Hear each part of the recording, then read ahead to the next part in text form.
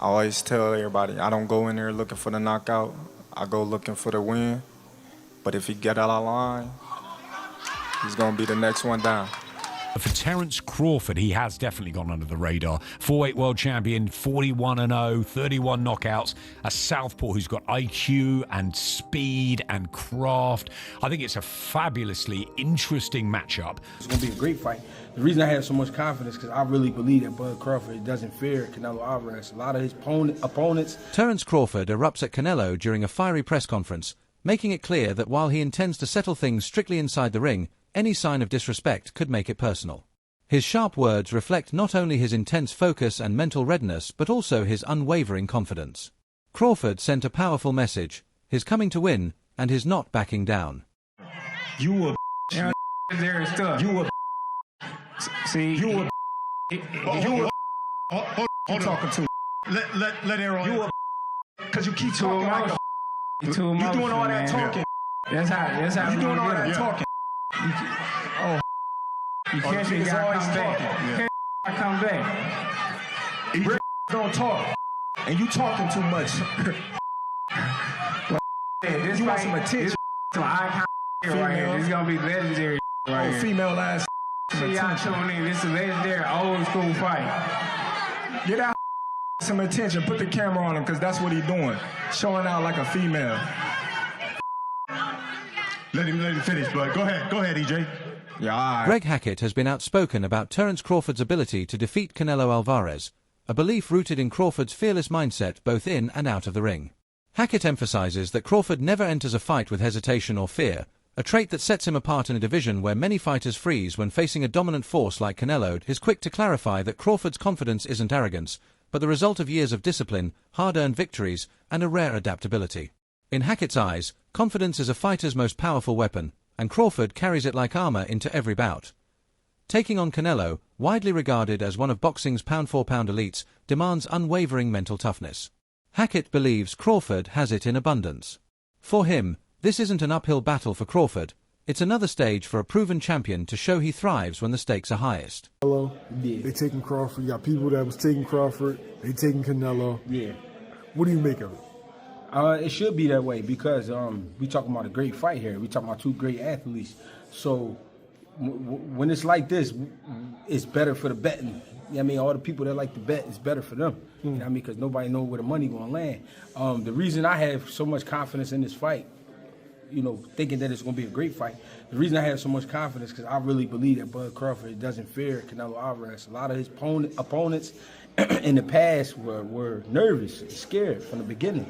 I don't think Bud feel that way at all. I think we can get a good rumble on our hands. You know what I mean? It's just going to come down to the big question for Bud is, can he take the shot? You know what I'm saying? The question I think for Canelo is, does he get old?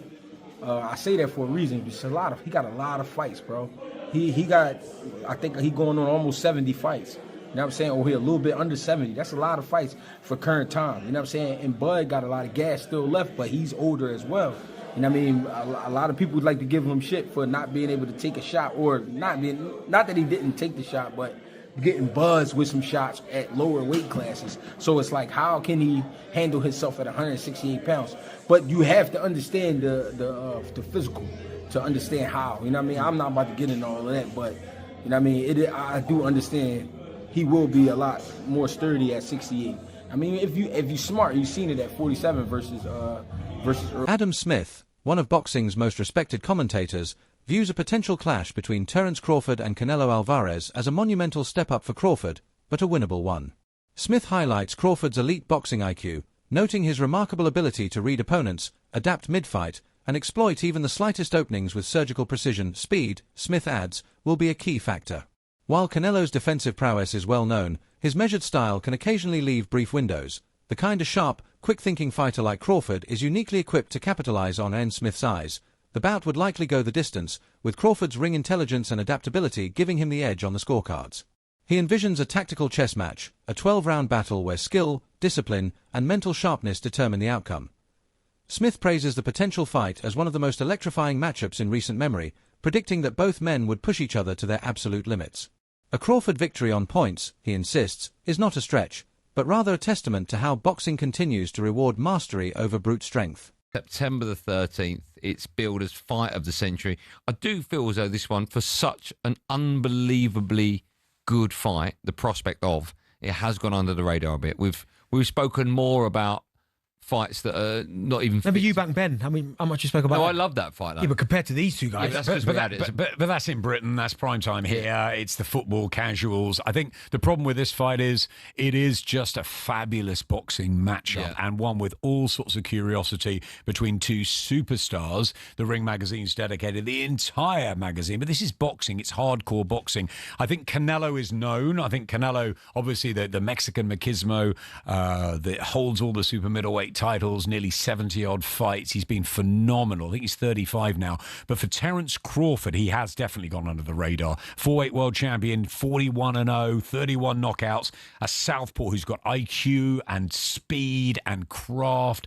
I think it's a fabulously interesting matchup, the two of them, because you've got the big guy, the strong super middleweight, really, really cultured, wonderful fighter in Canelo. But is he just slightly, ever so slightly, fine margins past his peak? And you've got Crawford, who needs this fight as his coming out party. The big news, it's on Netflix, so he'll get the attention. Can Crawford do it? It's a huge step again in weights, but I think he's got the speed, and I think he's got the know-how, I'm sure we'll talk about it more next week, to cause problems for Canelo, and I think that he could win it on points. Adelaide Oladipo offers a more critical take on the potential Terence Crawford versus Canelo Alvarez showdown, suggesting that despite the hype, the matchup lacks the genuine intrigue found in other recent high-profile bouts, such as Alexander Usyk versus Daniel Dubois.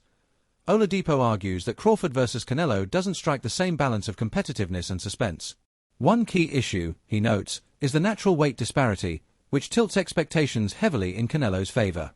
While Usyk versus Dubois delivered a compelling clash of styles and real unpredictability, this bout feels, to him, more like a marketing spectacle than a truly even contest. He believes much of the excitement surrounding the fight is driven by promotional narratives rather than authentic tension between the fighters' skill sets or physical attributes. In Oladipo's view, the fight may attract headlines, but lacks the raw, competitive balance that defines truly great matchups.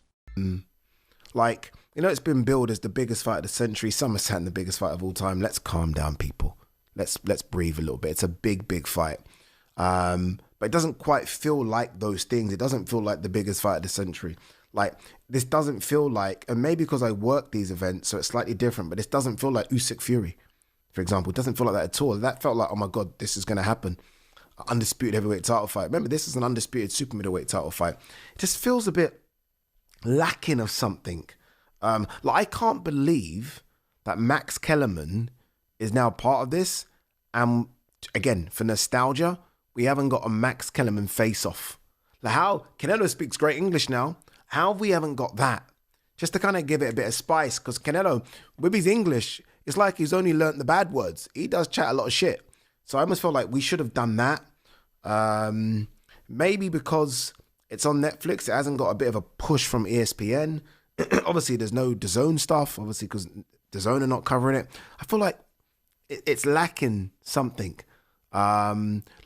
Maybe because both of them don't trash talk either. Because when I think of the biggest fights of the last sort of 15, 20 years, you've always had one side of the fight, or one side is a big trash talker. In some instances, two. The biggest fights, again, Usyk Fury. Fury was happy to do all the trash talking. Sold it. Event went massive. Mayweather Pacquiao. Mayweather is happy to do all that, right? Mayweather McGregor. Hence why that went just colossal. Because you got two of the biggest trash talkers ever doing it. This time, Canelo ain't saying anything. Crawford ain't saying anything. Feels a bit flat. Feels a little bit flat. Promoters have pulled out all the stops to elevate Crawford versus Canelo into a full-blown cultural spectacle, branding it as the fight of the century. This isn't just a boxing match, it's a global event. By tapping into audiences far beyond traditional boxing fans, the promotion has transformed the bout into a mainstream phenomenon. A major catalyst in this media surge is Netflix, whose involvement has taken the hype to another level. With exclusive behind-the-scenes access, in-depth documentaries, interviews, and cinematic press coverage, the streaming giant has helped position the fight as must-watch entertainment. This strategy has blurred the line between sports and showbiz, capturing the attention of casual viewers and drawing the fight into living rooms around the world. The build-up mirrors that of the biggest crossover events in history, where spectacle, narrative, and athleticism collide. I'm holding you to the standard you set. They're tagging this the fight of the century, colossal, super fight, Netflix, Dana White, right? So now we got to look at it. You can't tell me something. See, I'm not the type of person where you could pee on my leg and tell me it's raining. If that's you and you're going to let somebody urinate on your leg and tell you it's raining, that's on you. But I don't do that. I'm a critical thinker, and I'm not just going to listen to what you tell me and see if the facts don't support that, right? So if this is the fight of the century, let's look at it. Boxing tickets, Canelo versus Crawford, right? Since August 29th, tickets listed, $2,566 value, $7 million plus worth of tickets.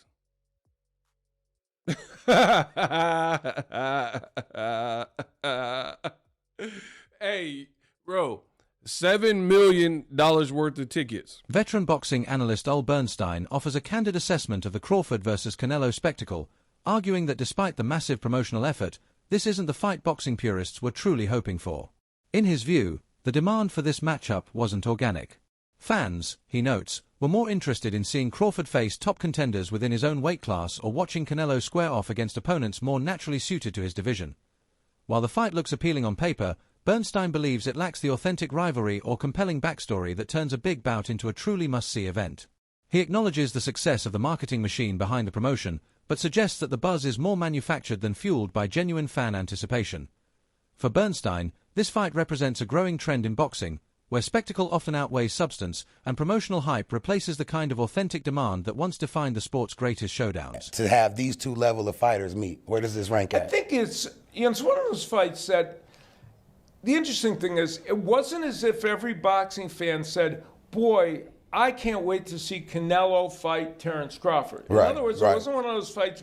Like, there were more boxing fans that said, gee, I'd like to see Canelo fight David Benavidez. But having said that, I mean, among the hardcore boxing fans. Having said that, what they did, and this happens sometimes in boxing, they come up with a matchup that wasn't on everybody's mind, but kind of makes sense. And the proof is in the pudding. If you do one of those kind of matches and the interest is not there, you're going to find that out. For sure. In this case, obviously the interest was there because they've sold. I mean, I went online and looked at the the ticket sales and everything, and they've sold. Looks like they've already sold 40,000 seats. Oh yeah. Yeah, I believe there's they'll not sell that it many out. left in Allegiant Stadium. So that alone is an indicator. The amount of attention and coverage the fight has gotten, and this is one of those fights that we'll also have a good barometer as we get closer to the fight. How much is the mainstream sports media covering the fight? Yeah. It used to be in the old days, big fights were covered all the time by the mainstream sports media, not so much in recent years. And so that's always a barometer of whether it, really is as big as we think.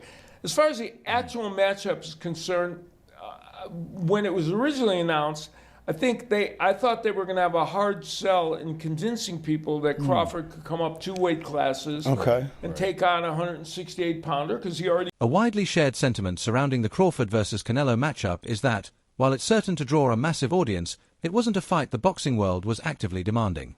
Many fans point to the natural size and weight disparity as a major factor favoring Canelo, raising concerns that the bout could end in a predictable and underwhelming fashion. As a result, the real intrigue lies in whether Terence Crawford can overcome those physical disadvantages and deliver a historic upset. A victory for Crawford would instantly become one of boxing's most shocking and celebrated moments, a testament to the power of skill, strategy, and heart over sheer size.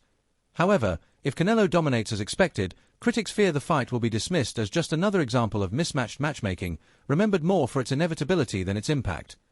This dynamic captures the emotional tension at the heart of the event, a mix of hope and skepticism.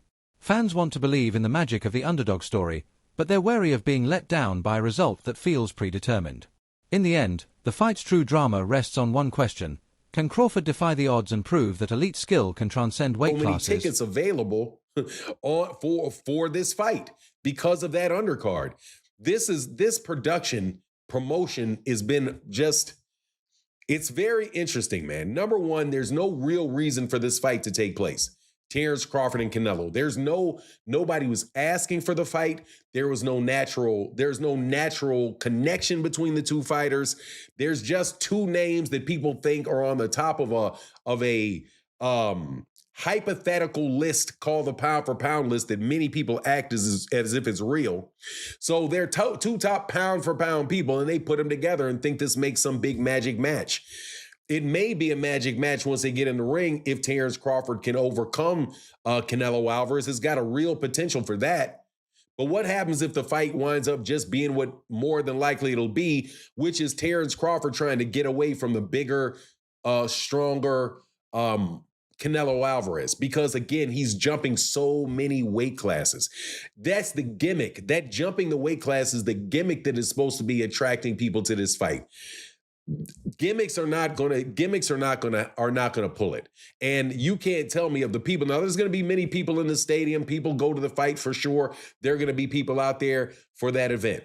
But you can't tell me that particular event with the fights that they have on that card is gonna be some memorable night of boxing other than maybe it taking place in the main event. You have people, many of these fighters are not from the United States. As I look from them, I would have to go out and see in the United States, how many fighters from the United States do they actually have, right?